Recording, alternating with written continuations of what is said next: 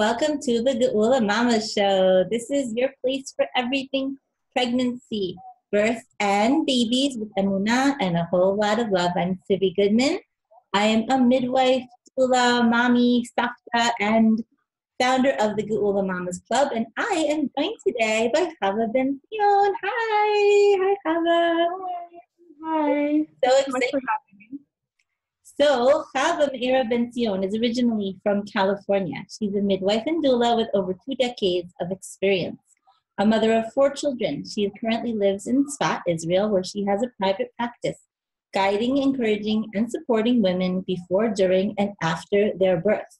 And if you have not listened to episode 6 of the Geula Mamas Club, I suggest you go back and do that right now, because Chavah was amazing. And she told us all about her very awesome projects and so much wisdom, so much information that I had to make it into a part 1. So we're back with part 2, and I think there's going to be a lot more to come, B'ezrat Hashem, because this is so fun. How are you doing, Chavah? I'm pretty well. I'm hoping we can get through this interview before my mother, who had her water broke, and so she's going to be calling me any minute. So I hope we can pull off an awesome interview, and then she can call me. That's forever the midwife's prayer, is that, like, just not right this moment. Just wait for me to finish, whatever, you know. I'm sure you understand. Yeah, so when last we spoke, we were discussing postpartum, how to set oneself up for a successful and smooth postpartum recovery. Let's just go over a few of the things you mentioned last time. Sure. So really, the postpartum success starts in pregnancy. It starts with preparing for what the postpartum experience will involve, setting yourself up with a good support system, ensuring that you'll be well fed, that someone can help you with your other children if you have them, that someone will be, helping you with light cleaning and things like that, so that it starts with the mindset that postpartum, from the time you have the baby, for at least a week to 2 weeks, ideally. Sometimes that's not reasonable, but ideally, that the woman will be resting. And so that all starts in the pregnancy, was getting that set up. If you wait till it happens, if you wait till the need arises after the birth, it's often very hard for everyone to scramble and get the woman the support she needs. So that all starts in pregnancy. My experience in the Hasidic world, I know that pretty much the mom is not even allowed to go out of the house for 2 to 6 weeks even. She's supposed to rest. And I've been reading a book called The Fourth Trimester. I forget the author now. But she brings in sources from other cultures where about a month to 40 weeks, where they do massages, and they just, the mom is basically a princess, and all she has to do is recover. There's belly wrapping, there's massages, there's, restorative soups and things. And in our modern society, where women are supposed to be everything, everywhere, we're supposed to be men, we're supposed to be women, we're supposed to be everything. Mm-hmm. So I think that we've swung the pendulum maybe a little bit too far. So, I had a woman once who was hemorrhaging. And I told her, you've got to stop. You have to rest. You shouldn't even, get to that point. But she was in danger. And she said, no, there are things to be done. I can't stop. She had other children at home. And it was a dangerous, very dangerous situation. And she wouldn't stop. So I want to say something about that, because it's very interesting that you mentioned that. So what I would do, I'll just speak from my own experiences. If I have a woman who I'm helping, whether it's as a doula in the hospital or as a home birth client, I'm seeing her prenatally. And prenatally, I'm spending time getting to know her. And I think for the most part, those women who have that almost sort of preoccupation with not being vulnerable, because being postpartum is really about being vulnerable in a way and needing things. And I have this theory that, like, being a new mom is like essentially being very needy and very needed at the same time. Yeah. And so it's kind of a hard dichotomy to work out. But for those women, I've already prepared them, like, early on. I talk about how their previous postpartum was, I say, listen, if you're gonna, like in order for, not like in order for me to help you, you need to do A, B, and C, but like to get her husband in to the meeting and say, listen, it's incredibly important that she have what she needs and not be able to, you know, that she shouldn't be able to cook. Meaning, it's not like they're preventing for her, but, you know, have your mother come in, have your mother-in-law come in and cook, or get meals brought to you from your community. And like, meaning you have to really emphasize that it's extremely dangerous for her. But you're right, some women just don't listen, or they say, well, there's no help, my family lives far. And I have clients like that too, but it's important to prepare them in pregnancy, like I said. And in pregnancy, you know that you're picky, or you know that's your situation. So, you know, start freezing things, or save up some money and figure out, you know, what restaurant you enjoy. If you want to cook and you feel good and you want to take, you know, some time to put up a pot of soup, but it shouldn't be that you need to cook for sustenance, right? Mm-hmm. And really, if you want to cook, I'd rather see you sleep, right? If your baby's sleeping, you're sleeping, because when your baby's up, you're going to be feeding your baby, you're going to be taking care, and you still want to get a shower in somewhere. Mm-hmm. Right? I have a YouTube video on postpartum and postpartum support, setting yourself up for success, and I've gotten so many responses from it, from all over the world, just saying, wow, I didn't really realize that I was doing too much until I watched your video. And women don't realize they're doing too much. They don't have our culture, especially in the, you know, it's different. Like, we live in Israel, but in the States, there's often a culture where, you know, parents are far away, and there's not really a culture, like you talked about, the culture of really nurturing and nourishing the new mom. Whereas, what I was going to say, well, I wanted to say something about actually the culture of postpartum, that it's a whole show in and of itself, but there's like not really a culture of postpartum where it's expected, like in Mexico, it's expected that the woman's going to receive certain things, certain massage, certain kinds of treatments postpartum. Like, there's a period of, you know, care that's it's assumed that the woman will receive those things. I think in our modern culture, we don't have that, and it's unfortunate. Women don't always know, and they don't understand like the connection between, let's say, bleeding. Their postpartum bleeding is heavier because they're doing too much. They don't have anyone in their lives to say, well, you know, at 5 days postpartum, you jumped up and you started cooking and cleaning and doing laundry and picking up your kids, and you're bleeding heavily, and they don't understand why. So first of all, I just wanted a note for myself so we can make sure to have a link to that postpartum video in the show notes. So don't worry, okay. We'll have that there for you guys. But absolutely. Now, I remember when I had my first baby and people said, no, you can't do anything, you must rest. And I was young and I felt really good and I was getting bored. And my baby was a baby. She was a good baby. She ate, she slept, and I was getting like a little bit stressed out after that. But yeah. But now I would tell myself that I was in a situation where I was at someone's, I was hosted at relatives, so I really had nothing to do. But I would say, if you feel that, get a craft, organize baby book. You know, do something that you can rest and still keep your brain occupied. Save up some books that you've always wanted to read, or even just watch shows if you wanted to watch shows. Watch shows. That's a good time to catch up so that you're completely rested. Because I feel like it's an investment. If you invest in the first few weeks, then the whole year is more smooth, right? It can take a really long time to recover for someone who's stressed themselves out and overdone it in the first couple of weeks after birth. Have you seen that to be true? There is such a thing as not ever fully recovering. I see women, and in the community that I serve, I see women having their babies on an average of less than every 2 years. Probably I would say pregnant every 18 months, a lot of them. And I really do see a relationship between not fully recovering and having and experiencing a difficult time in the future pregnancies.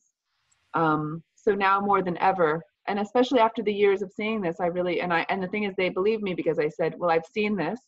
This is what I know. This is from my training. This is also what I've seen, is that you can not only make or break your own recovery from your own birth, but you can affect future pregnancies and births by giving yourself the time that you need to fully recover. And I explained to them, you have a wound in your uterus that's, the size of a dinner plate. You have a wound. It's an open wound that has to heal, even if you didn't have a vaginal, even if you didn't have a tear, even if you didn't have stitches, you still have a wound inside of your body. There's things You're that need saying to happen. where the placenta was attached. Exactly. That women don't realize that their body needs to heal a pretty large wound inside. I have to call it what it is. Right. If they hear the word wound and they hear the word healing, I mean, even if they can't see it, they're gonna, I think maybe they're more likely to appreciate what that means and how that needs to. And I'm talking to them about what to eat, talking to them about, everything. So the postpartum recovery, the postpartum preparation for postpartum begins in the pregnancy. Well, I want to ask a moment, because you were talking about the cumulative effects of having many close pregnancies. I think not only do they affect a future pregnancy, but I see that a lot of women tend to keep going with that pattern until their body gives out. Their legs are swollen, or they have diabetes, or certain things. Their body's just had enough. They're depleted, they're exhausted. And I feel like we don't need to get to that situation. It does not seem kadosh to me for the women of Am Yisrael to become burnt out. And I've seen that, as you said, over and over and over. Yes, it's a big problem. Usually about baby number 5 or 6, it starts to feel, oh my. So, but it's not hopeless. There is what to be done about it. It's just like, it really takes a lot of hard work in the pregnancy to really nourish. Like, in a way, you're sort of, because what happens is this, I'll just say this, the baby will draw from the mother what he needs. We say, like, don't worry, your baby gets what he needs from you and you'll be left. And somehow that's supposed to make women feel better. Like, oh, okay. It's like so Jewish mama. Like, I'll give you everything I have at my own, to my own, to my own lap. You know what I mean? So really, like, our bodies are giving everything to our babies. And if we don't replenish our own bodies, we're going to be left lacking. Okay, maybe that's okay for 1 pregnancy.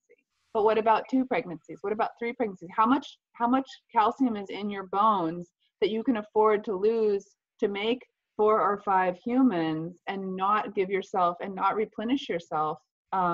It doesn't work that way. Yes, at a certain point, you're going to be left lacking, and what lacking equals is health problems. It's really terrible what I see some women going through just because their bodies are so depleted. I mean, they're really anemic. They have low vitamin levels. Like, you just read their paperwork and you're like, I can't believe you're even okay with, and we say, oh, it's from Hashem, it's a miracle, but it's like we are charged with the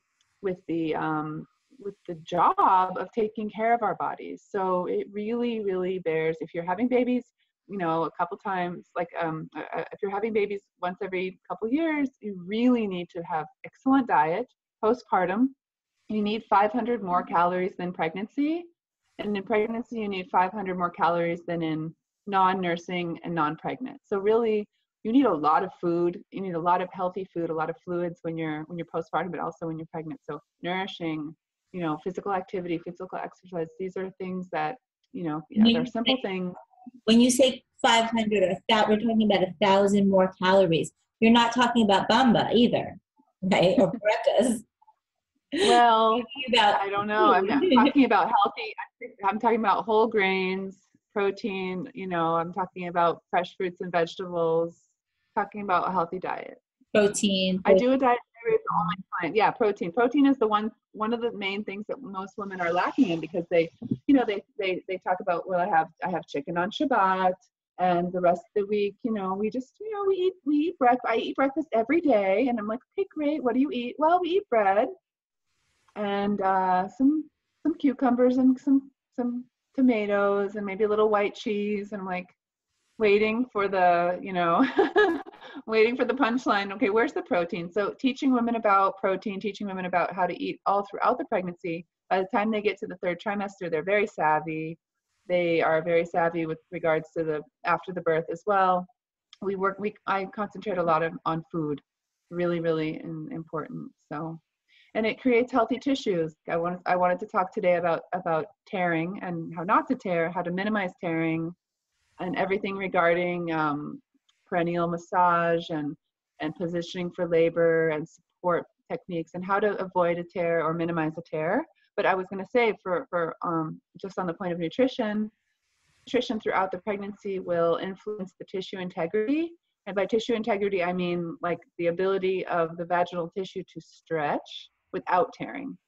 Right. That's what I mean. We'll get to that in a minute, but I want to go back to something you said about facing, doing Ratzon Hashem and trying to have a little bit more space between our children. I mean, Baruch Hashem, I have 6 children, and they're 19 years apart. Baruch Hashem, most of us have many years. There's not really, we want to bring the Shema into the world. We want to do Ratzon Hashem, but Hashem wants us to be healthy so we can show up to parent these children, to be there for them, to be healthy.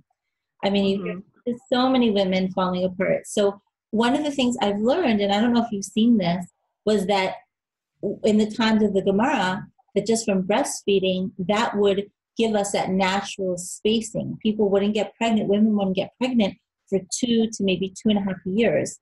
And actually my stepmother, Aleh Shalom, had that amazing, she raised me, and she would have that when she was breastfeeding, she would breastfeed clean, and her babies were spaced apart, and I thought, oh great, this is how it works. But no, it didn't.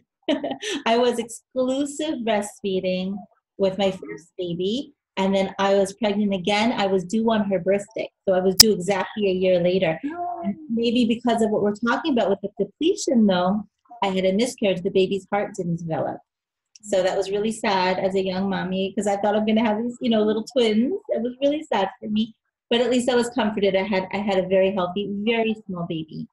But that was exclusive breastfeeding, no bottles, no pacifiers, and I guess the first time I went to Midwife, I must have gotten pregnant.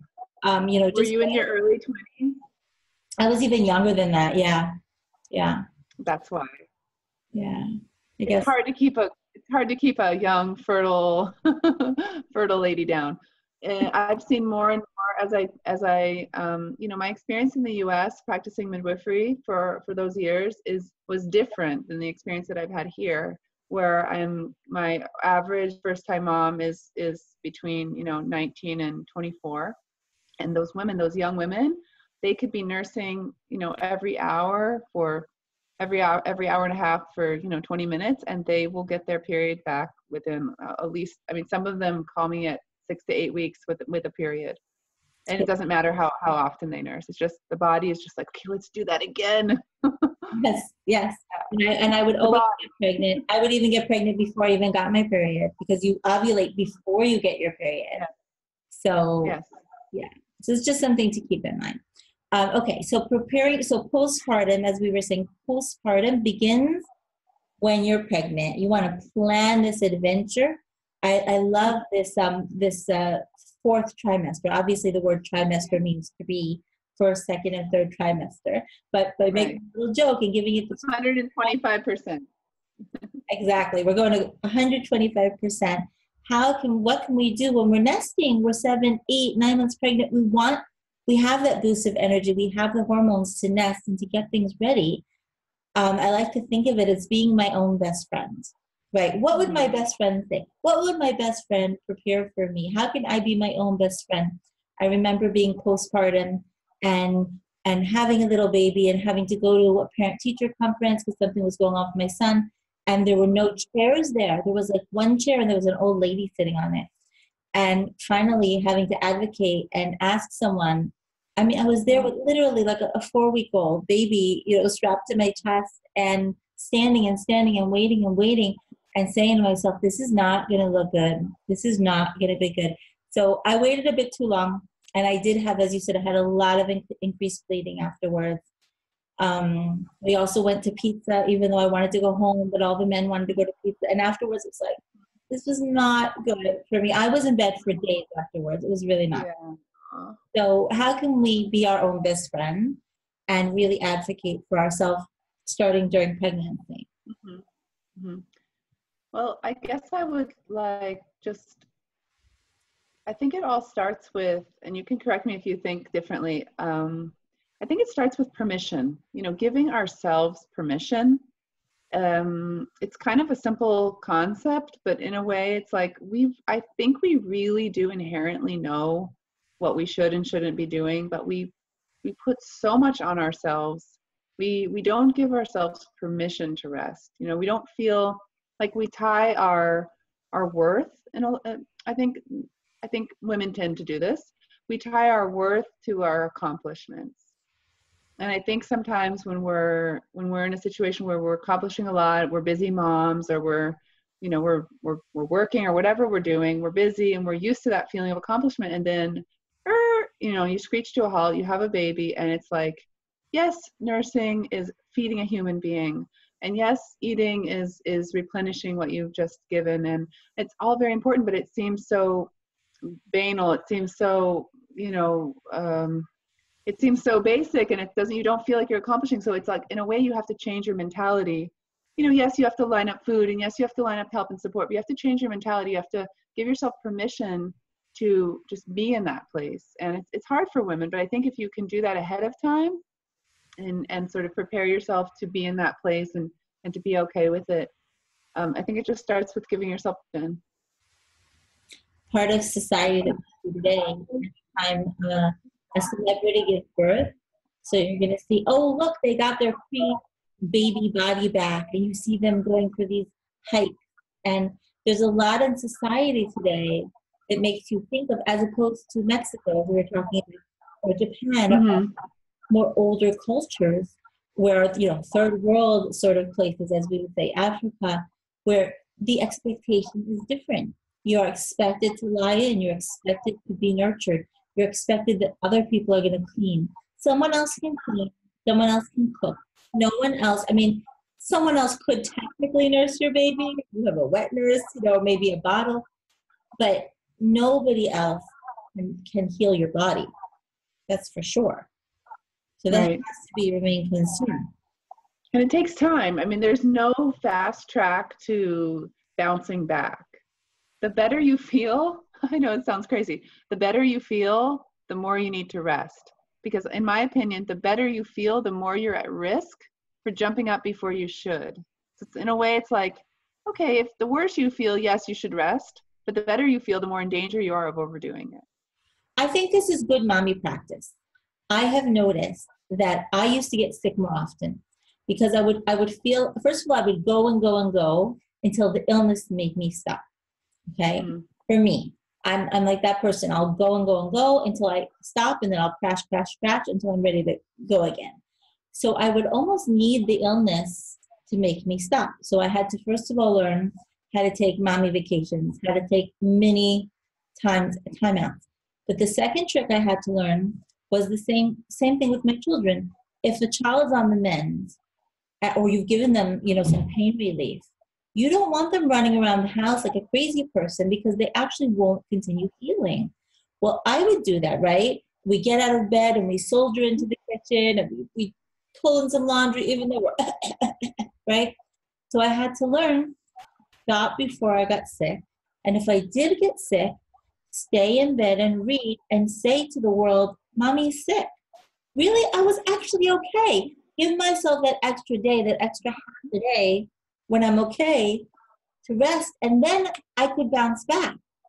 And it would actually allow me to recover and to do so much more in the long story, right? So I feel like it's so much like that after birth.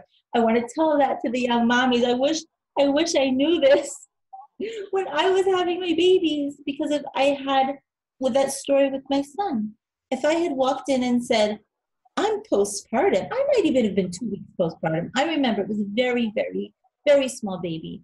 I need a chair. You think there are no chairs in a school? They couldn't find a chair from a classroom. Of course they could have. When we went to pizza, I could have said, guys, I'm going home. Bring some pizza home for me. I gotta get off my feet. All of these different situations could have been changed. The meeting was important. Unfortunately, that couldn't be changed. It would have been avoided if it were possible, but sometimes we do have things that we have no choice. But in my mind, knowing I need to rest, as I know now, need to rest, you actually accomplish so much more in the long run.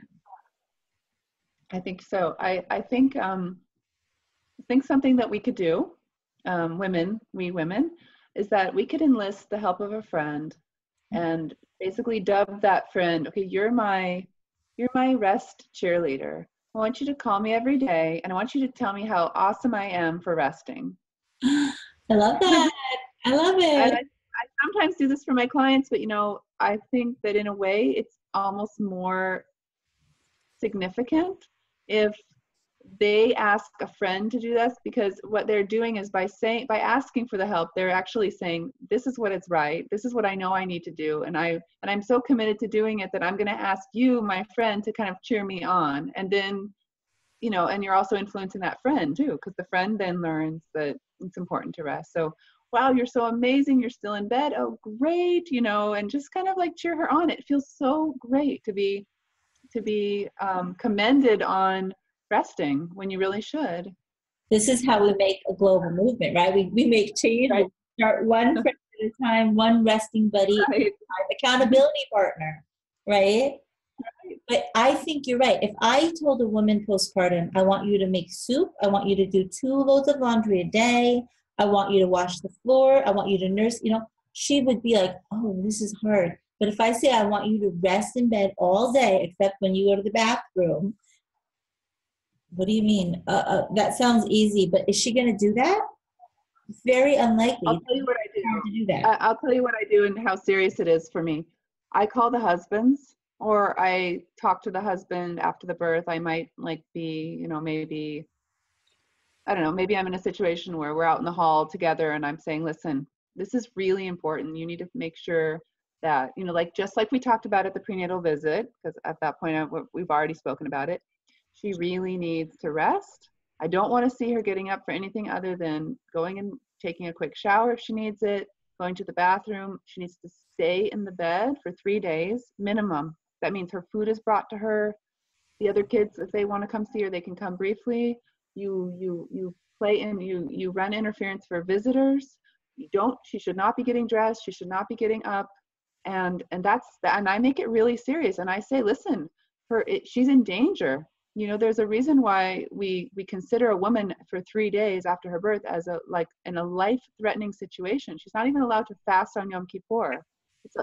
She's literally, and when I kind of get the man and say it seriously, he's more likely to take it seriously, and he's more likely to make sure she gets the support. But certainly not only for 3 days. I think after the. No, but if you make it serious enough, then yeah. But I'm saying maybe to incrementally say, okay, so every day it might lighten, but we're talking about a month or so, right? That you need to very, very gently and incrementally get back into things. But it could easily be a month and a half. It could be even 2 months, usually not longer than that. But if you mess up in the beginning, that time is going to be longer, right? That's why I make it, look, if I would tell someone she needs to be in bed for 2 weeks, she's probably not going to think that that's possible, and so she's not going to try. But if I say you need to make a smaller commitment that I think is possible for her, then she's already set herself up for success, and that we can help her in the next week or 2 to kind of do it now. Now you're able to sit on the couch, and we're putting your pillows, and we're putting your water bottle and your food and your snacks and your book and your phone and your charger and everything's right there at the couch, and then that's your station for the next week, and then we're going to start. He doesn't really need to be actually in bed for 2 weeks. I mean, that could be unhealthy. No. I think for her mental health, she shouldn't be in bed for 2 weeks. No, but not at all. You don't want. We're not saying you have to be in bed for 2 weeks, but 3 days makes sense. And then very gently. But 5 days after birth, some women are running around and grocery shopping and and that's not okay. We're talking about resting on the couch, resting. Everything very gentle. Be nice to yourself, and always. Like I was saying with recovering, when you're ill, always do a little bit less. We're used to doing a little more than we really can, right? We're used to, I'm running out of energy, I'll just do one more thing. It's the opposite now. As soon as you hear yourself saying one more thing, that's going to be a buzzword. No, do one less thing. One less. right? Stop a little bit before I'm exhausted, and just that way you give your body time to heal, right? Yeah. Okay, great. So what can we do during pregnancy? We were talking about the big question about perineal massage, preparing our tissues, eating protein, and the tissues means basically the layers of skin in the body, right? Well, when I'm talking about tearing or stretching, or I'm talking about the perineal tissues, I'm talking about the vaginal tissues, those tissues. Mm-hmm. So, okay, so I'll launch into kind of what I want. The layers of skin, right? We're talking about as you're giving birth through the birth canal. When someone says tissues, what you know what I'm saying? Like when not everybody's familiar with that. Tissues are skin, muscle, fat. I mean, tissues aren't really fat, but tissues are skin and muscle. The tissues. It's just a general term for her tissues. I don't know another. Right? The vaginal area, the birth canal, the perineum is a big the perineal tissue. Right, basically the area of the body that stretches and allows the baby to come out. Mm-hmm. Okay. So one of the things that I wanted to talk about is there are a few very common and quite popular questions that I receive if I'm chatting with someone, if someone's interviewing me, if we're preparing for the birth. The idea of tearing in birth is very concerning to a lot of women. All right, we talk about episiotomy, which is where the doctor or midwife will actually cut the tissue of the perineum. An episiotomy is always into the muscle tissue. When you're talking about the perineum, you've got the skin. So here's the opening. Here's her opening. Okay, here's her opening, and this part is skin. Then down below, inside you've got muscle. So when the doctor or midwife cuts an episiotomy, they're almost always severing those muscle tissues. Whereas a tear is mostly the skin, unless it's a considerably large tear. It's usually the skin. Most tears are just skin involvement. But women are very concerned. They're very concerned about how can I avoid tearing? What do you think about perineal massage? Okay, that's a big question. I want to go back to what you were just saying, though, sure. Because when people sometimes say, "Oh, well, I would prefer an episiotomy. I don't want to tear." The word tear sounds very frightening. Mm-hmm. But as you said, an episiotomy is a straight cut through many layers, through the muscle layers. And when you have a straight cut, as you know, if you've ever cut a piece of fabric, a straight cut, you can pull that fabric and it can tear further. So sometimes you have further tearing on top of an episiotomy. Now, when you say a woman had a tear, usually that's, again, trying to tear a piece of fabric. Our skin is woven. Oh, we're frozen, waiting for coming back. Stop. Now I can just keep talking. Okay. What was the last thing you heard me say? You froze, but your voice didn't stop. My voice didn't stop. Okay. So the reason I like to cut that out is because sometimes the recording actually stops. Oh, really? Okay. Yeah. So you were just talking about the cut can sometimes extend. We call it with the episiotomy extends and causes a degree of tearing. So when they do an episiotomy, it's a straight cut, as we were saying, through the layers of skin and through muscle. And sometimes, as when you tear a piece of fabric, you can pull and that will continue tearing. As opposed to when we're talking about a tear during birth, the word tear sounds very scary. I don't want to tear. I don't want my body to tear. It sounds so scary.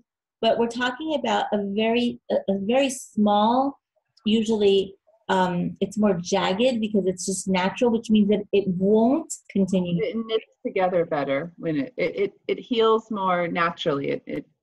It's better. It's easier to heal. It's easier for the body to heal a tear than it is for an episiotomy cut, which is more, there's not, the fibers aren't there ready to knit back together. Exactly. So obviously the goal is not to tear and not to have an episiotomy, but if someone has a tear or what we say skid marks, which is just like a little bit of a scrape, that heals very quickly. You don't very quickly. Very, very easily. So, okay, what can we do to I think that, everything? Sorry. I think that the concern, any sort of tearing, which is completely possible, but possible a minimal tear. What can we do? okay, so there are a number of things that can contribute to a tear. Number one would be like just a genetic predisposition and her sort of inherent skin elasticity, her inherent skin type, I guess you could say. Some women have much more elastic tissues than other women. So women just tear more easily than others. Okay, so that's just number one. So there's nothing we can do about that, but good diet, good nutrition, a well-hydrated person, a person who is really hydrated, who takes good care of themselves, who has, good balance of nutrition. Like someone who has poor nutrition might be more predisposed to having a tear. I think in terms of healthy tissue, I think protein and fats would be very, very important, especially protein. Yes, protein. It's very important. Right. Mm-hmm. Now, is there any way to know if you're a person who has more delicate tissue, or is there any other way you would see it in your body? It depends on, I think, what happened. I mean, if there's a person who had a couple babies before and always tore no matter what, I mean, that might be an indication that she has delicate tissues. If she has, if she has a tendency to, to be honest, I don't really know how I would tell if she has delicate tissues beforehand. Sometimes her complexion, but I don't really want to talk about complexion because then I think people will start to get a little bit, I don't want to tell anyone that they have delicate tissues because maybe they don't, meaning it could be that she has a complexion that looks like the type, like I recently had a woman who, there's a midwives believe, and I think this is actually true, that a lot of redheads have a tendency to bleed a little more heavily than other non-redheads. And I had this client and she ended up not bleeding at all. And I was actually kind of internally, I was surprised, but I didn't let on because I don't want to tell anybody that they have a higher chance of, maybe it won't happen. So I'm always a friend of mine's a redhead. And she has many kids very close together. And Baruch Hashem, she is full of energy. She's a powerhouse. And she always gets offended when they say that's hers. I'm fine. Yeah. And she's fine. Yeah. She really is fine. So I would never say it to a woman, but I would have it in my head because I have seen like quite a number of redheads have that effect, have that outcome. So, okay. So but I don't have to say it. So that's why I don't really want to go into complexion. So those are the kinds, that's initially, that's just like the tissue type. Excuse me. Sorry. But if someone is a redhead and they maybe feel like maybe their skin is a bit more delicate, then they should just listen up and try to pay attention. Eat protein, keep hydrated. Well, the redhead's more like, I would say, more predisposed to hemorrhaging and just in general, but any fair complected person could possibly be at risk for possibly more delicate tissues. Just be fair. Okay. Some women have shorter perineums than others. Some women have a nice, thick, long perineum. Other women have a shorter perineum. The perineum is just the skin that the tissue that is between the vaginal opening and the anus. That's called the perineum, and that's what widens and stretches during the exit of the baby's head and the baby. Okay, so let me just talk a little bit about perineal massage because this is one of the main things that women, what do you think about perineal massage? Okay, so perineal from the word perineum, or they also say perineum. Okay, so those are like the three ways that I've heard it say. So perineal massage is basically the idea that before pregnancy, there's prenatal perineal massage, and then there's perineal massage that the midwife or doctor would do at the birth itself. Okay, so perineal massage prenatally would be the idea that if you stretch those tissues and you massage those tissues enough, that she is more likely to stretch in labor, or she's less likely to tear. Okay, so, and there are devices, there's something that I won't say the name, but it's like basically a device that you inflate and then you like literally give birth to it, and at increasing diameters in the end of the pregnancy, which I think are popular to a certain degree. I know I've heard a lot of people talk about them here. The baby does an amazing job of stretching those tissues. I don't find that it's necessary to pre-stretch. I think that fear and tension can add to that fear and tension at the birth can detract from her ability to stretch and open. I think when she's tense and afraid, I think warm compresses during the warm compresses, oil and water, warm water during the pushing part can really help, or right prior to the pushing part. But perineal massage in pregnancy, and I'll tell you one thing that it's really good for. When the woman is doing perineal massage in the pregnancy and she's used to, it's not just enough just to stretch the tissues, but if she can stretch the tissues and breathe into it and relax at the time that she feels the stretching, she's really training herself, she's conditioning herself to relax and let go when she feels that intense stretching. That is why I think that is what I think is beneficial about prenatal massage for the perineum, because I think that it conditions her to relax and let go. Whether I think women need to pre-stretch themselves, I think women who have done it and have gone through labor without a tear, they feel very empowered by having done it, and I think that's fine. But as far as, recommending it, I talk about it. I don't recommend against it, but I don't really bring it up like this is something you should do, because when we're at the birth, I'm doing a lot of things with the woman. Positioning is really big with regards to avoiding a tear. When the woman's in a good position, an ergonomic position that doesn't put too much pressure on the perineum, side lying, hands and knees, these are great positions for avoiding a tear. I'm very fond of the birth stool, to be honest. I think that can increase chance of tearing. Support, breathing, if the woman can birth the head slowly. We talk more about that. Do you have anything to add? So I want to go back. Yeah, I want to go back a little bit, just recap that. So from what I hear you're saying is that doing perineal massage or using one of these practice devices is not necessarily good in and of itself, that, you need to stretch these tissues, but it's getting the woman used to those sensations, used to relaxing when she feels pressure there. And then the second stage, you spoke about warm compresses, oils, things like that. From what I understand, most midwives, as far as I've seen here in Israel, most hospitals, the midwife will have those types of things. The woman herself doesn't need to worry about that. No. Okay. And then when the baby's crowning, when the baby's actually on the perineum and the perineum is stretching and you're about to give birth, to, first of all, like you said, not to use something like a birth stool where you're just birthing the baby super quickly. You actually want the baby to come out slowly so that the tissues have time to stretch around the baby's head, and they really do. It's one of the amazing miracles of birth. Every woman's body is completely capable of stretching and then going back to its original size, more or less. It's quite amazing. And then breathing. So most birthing classes, you will learn how to do a little bit of a just calm breathing and let your body push the baby out real slowly, real gently. And did I miss anything? Well, I think the one thing that I want to add about the perineal massage, just to go back, is that what happens is the woman who has done it does feel confident. And I think confidence is a big deal. It's not, like I said, it's not the anatomical importance of pre-stretching those tissues, but it's what it does for her. It makes her more confident, makes her less fearful, and that is a big deal.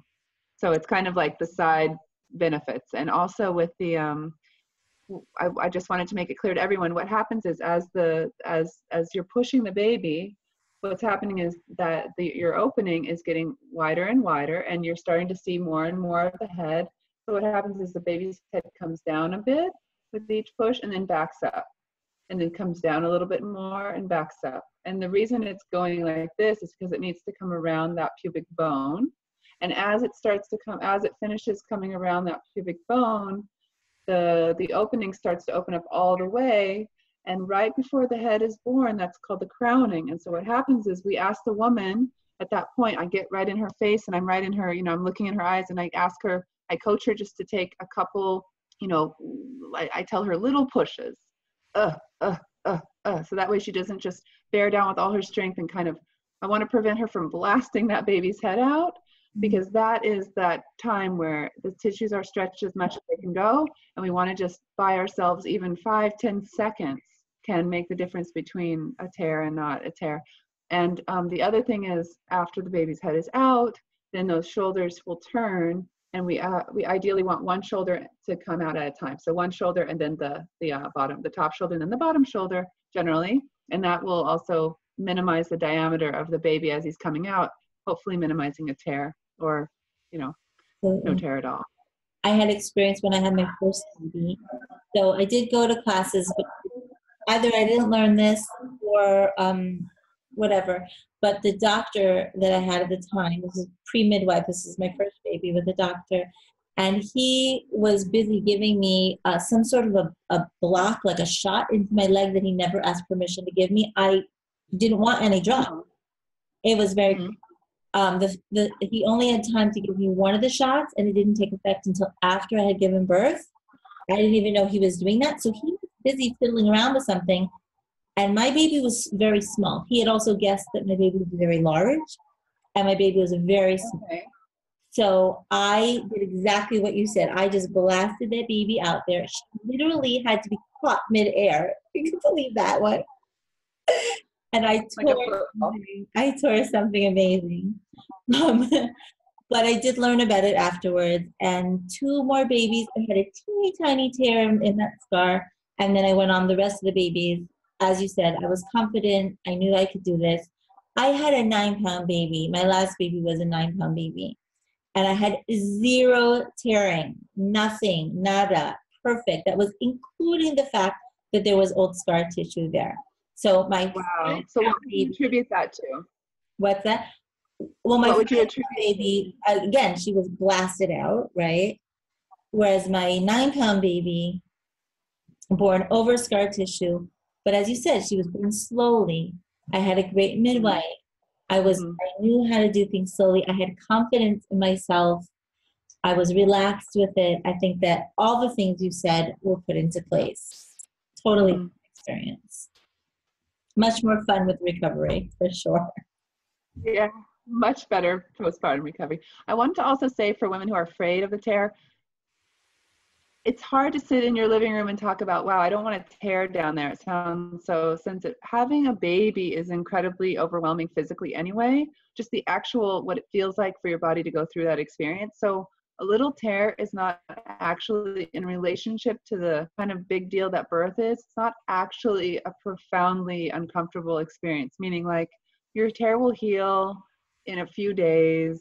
If you have to have a little stitch, it's not that big of a deal. They'll put lidocaine in, they'll repair it nicely. It'll generally, if you follow these directions and stay off your feet, you're going to heal much faster. Within a week, you probably won't feel any discomfort down there at all. It's not that big of a deal. So what I'm trying to explain is sometimes it's not possible to prevent it. It's only possible to minimize it, and it's not a big deal, and it heals up really nicely. You'd be surprised.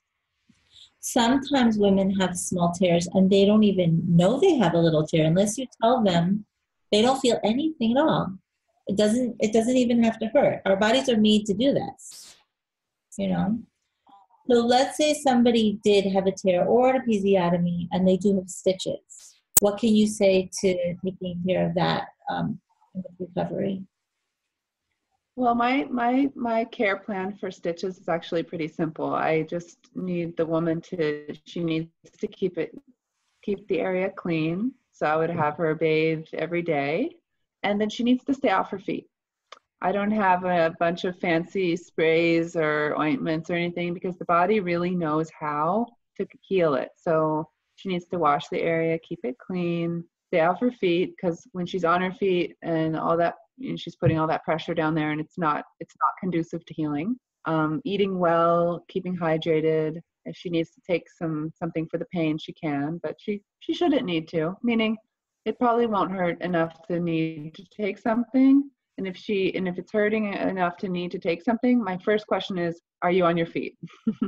So she shouldn't take something if she needs it in order to be more active, is what I'm saying. Right. Because we want to be on our feet anyway. Episiotomy. And I would check her at 3 days postpartum and see how the healing's going. And that's something that women don't get here. This is they have their hospital, then they, maybe they leave at 48 hours, maybe someone checks them, and then nobody checks them again until 6 to 8 weeks later. So they don't have anyone to check on their healing. So I like to come by for my clients. I come by and look. Yeah. If somebody had an episiotomy, I'm going to guess that the healing is a little more intense and painful because of the muscle layer. Yeah. Mm-hmm. Yes, definitely. The healing is longer and can be more painful. So that just means stay off your feet even longer, rest. I like how you're saying somebody might not associate standing with healing stitches. That's right. But you're saying pressure in that area, the blood pressure. Right? Increased blood flow in that area also, right? Right. Increased blood flow, increased pressure. And the same thing with sitting. I mean, really, it's best to lie down. Just take the pressure off that whole area. And it's possible to heal a tear with no stitches as well. It depends how well the tear lays together. Some tears just automatically lay together, and the sides of the tears just line up nicely, and they don't necessarily need to be stitched. I mean, you'll have in the hospital, you're less likely to have a doctor say, "Oh yeah, that's fine, just go ahead with no stitches." But at home, some women will opt to not be stitched. I'm sure you saw that in your practice from before. Some women just don't need to be stitched. Yeah, the midwife will usually say, you have a small tear, I can either put in a stitch or two, or you can keep your legs together. Right. Stay off your feet, keep your legs together. Exactly. If you choose to do that, you will be fine. Right. As you said, and we take into account if she has other children, what kind of support she has, because you can tell a woman to stay down and keep her legs together. But if you know that from what you know about her, that wouldn't necessarily happen, then it just, then you want to make a professional recommendation and say, you know what, let's put a couple stitches in just so you can, just because. But it's certainly easier to recover, to bathe, to go to the bathroom without stitches. It's just easier, right? Yeah. Is there anything else you'd like to speak about? Because our time is almost over. Any other ways we can get ready for postpartum? I think because I have a tendency to really launch into any subject that I undertake to talk about, I think I'd rather, if you have anything you want to ask me, but I don't have another subject at this moment that I want to really delve into, because I have a tendency to just go. Well, I would love to ask you a million things, but as you were saying, then we'll be here. We'll have this is the 5-hour marathon podcast. So we will save it for another. That's like my classes. When I teach classes, I need at least 4 to 5 hours to teach a class, because it's we're just going to go deep into a subject, and before we know it, 4 or 5 hours have gone by. Amazing. Chavah, I forgot to ask you, on our last show, we gave away a free consultation with you, right? We're not giving away another one just because we did another show. I mean, your time is pretty precious, I'm guessing. Well, we didn't talk about that beforehand, so I don't mind. But I don't mind. Sure, let's go for it. Do you have a hat? Do you have a hat handy? I've got my Geula Mamas mug. Now, the way that somebody can be entered to win fun, free, and yummy, happy stuff is simply by becoming a member of the Geula Mamas Club on Facebook. So we have Jennifer Yehudi Kazi has just won a free consultation with Midwife Chavah. Oh my goodness. Yay. Yehudi, I can't wait to hear from you. Now, anybody who calls you, anybody who would like to consult with you and mention the Geula Mamas Club, what do they get? 25% off. 1 hour. 25% off a hour-long consultation, which is $100 shekels usually, I don't know what that is in dollars, but okay. It's 100 shekel for an hour-long phone consultation, and I'm happy to make a reduction of 25% for anyone who would like to mention the Geula Mamas group. Amazing, yay. All right. So we have some magnets. Give away Geula Mama magnets. So the first magnet says, the thing I'm doing right now is the thing. So many times it's so hard to, if you're doing the dishes, you're thinking about all the things you should be doing. And if you're sitting and reading a book with your children, you're thinking about the dishes. We're always thinking about the thing, all the things, the piles of things that we're supposed to be doing. But it's not possible. Hashem made us in a finite world with a certain amount of hours and a certain amount of energy. And our list hopefully will never be done, because that means that we have people in our life. We have things in our life. So stopping, getting in the moment, and remembering that the thing I'm doing now, that's the thing. That's the thing. That's the most important right now. That's the thing. Okay? This is your reminder about that.